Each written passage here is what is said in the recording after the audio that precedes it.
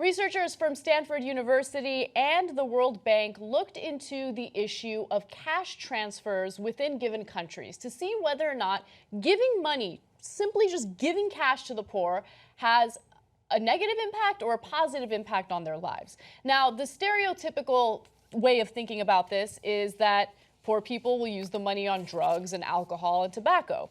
But through this meta-analysis done by these researchers, they found that that is absolutely not the case. Now, they did this research by looking at 19 studies, and they found that not one of the 19 studies found that cash grants increased tobacco and alcohol consumption, and many actually found that it leads to a reduction in this type of behavior.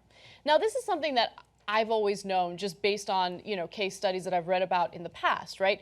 And the notion of giving money to poor people and then them turning around and using it on drugs and alcohol is a narrative that's usually played out because conservatives or members of the corporate world who want to keep their tax cuts want to push that so the money doesn't go to the poor. You don't have that kind of transfer of wealth or power. But Anna, to be fair, there is one other thing, which is that a lot of people, their only interaction with the so-called poor is homeless folks.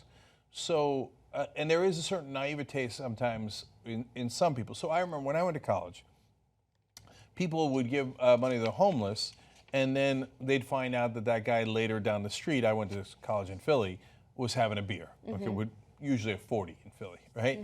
And they would be shocked and chagrined. And I'm like, look, don't be ridiculous. That's a real human being who's down and out on their luck. And if you give them money, yeah, at some point they're going to buy food because they're hungry. Yeah. They're also going to buy a 40 because that's what makes the pain go away. And so, but that homeless are not the representative of all the poor, and giving cash to poor families is totally different than giving a guy who's homeless on the street $1. That's, you know what I'm saying?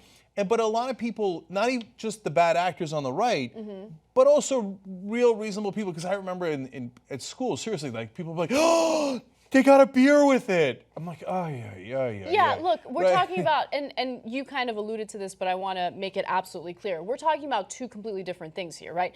Giving a homeless person $1 and then expecting them to change their life off the money that you gave them isn't the same as a government realizing they're having a poverty issue and then giving individuals money which they can then actually use to change the direction their life is going. And that's what happened in these cases. And I'm just saying that if you had that interaction with a homeless person, which is unfortunately the only interaction a lot of people have with the poor, then don't assume that that one interaction or that one context that you had applies to everyone, because the studies bear out that it isn't. That's not how it works. It's two totally different circumstances. Now, the researchers hypothesized as to why this is the case, right? Why is it that if you give them cash with no strings attached in a lot of cases, and by the way, a lot of different countries have tried this, why is it that their alcohol consumption or their tobacco consumption goes down? Why do they end up using that on improving their life? Well, they found that before receiving the cash, any spending on education or health might have seemed futile, but afterwards, parents might decide that a serious investment in their children's school was sensible. To make this happen, it might mean cutting back on booze and smoking. So again, it really depends on how the money is given to them and whether or not it's enough to make a difference. Because again, if you're talking about giving a homeless person a couple bucks, that's not going to change his or her life. But if you're talking about a poor family where they need more support, then if you give them an opportunity, they will turn things around. So there's a number of ways that you could do that and the different effects that it could have. First of all, money you give to the poor, they almost, because they have to spend almost all of it back into the economy.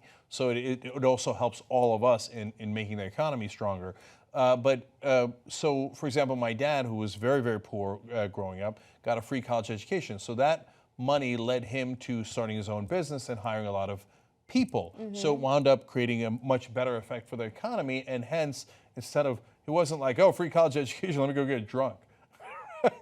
He actually needed the college education, got it, and did all these great things that wound up helping everybody involved. So when you think about it that way, you go, oh, okay, I can see how that would lead to a better result. Exactly. And I wanted to bring up, under Bush's administration, he gave that stimulus. Remember that $600 stimulus? And his idea was you give Americans this money, they're going to go out there and they're going to spend it on the economy, or they're going to spend it and it's going to strengthen the economy.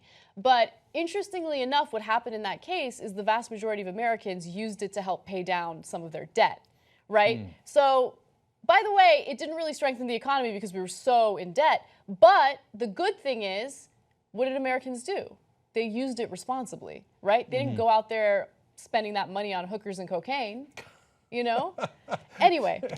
And I don't think you're going to get a lot of cocaine with that. I don't know. But so. I don't know how much cocaine costs. And what winds up helping the most, and I know this before I saw the study because I'd seen other stories internationally, is giving it to women. Yes, let me talk about that a little bit.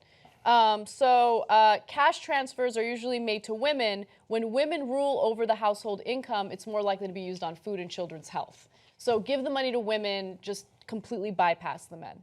That's the point of this story. So, but it really is proven out though, because there's a lot of money that is given in microloans throughout the world, and what they have seen is that if you give it to women, it usually has, and you can demonstrate it. You see the evidence and the facts behind it. Gets you much better results than giving it to men, because the first thing women try to do is, and this is generally speaking, of course not in every case, is that they try to protect their families and their communities. So, for example, one of the things they'll spend money on is in villages in India is making sure that there's clean water in the well, which then makes everybody in the community healthier, which allows them to get more jobs.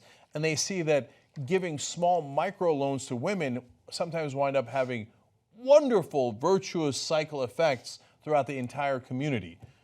And sometimes men do wonderful things with the microloans they got, and sometimes they drink them away.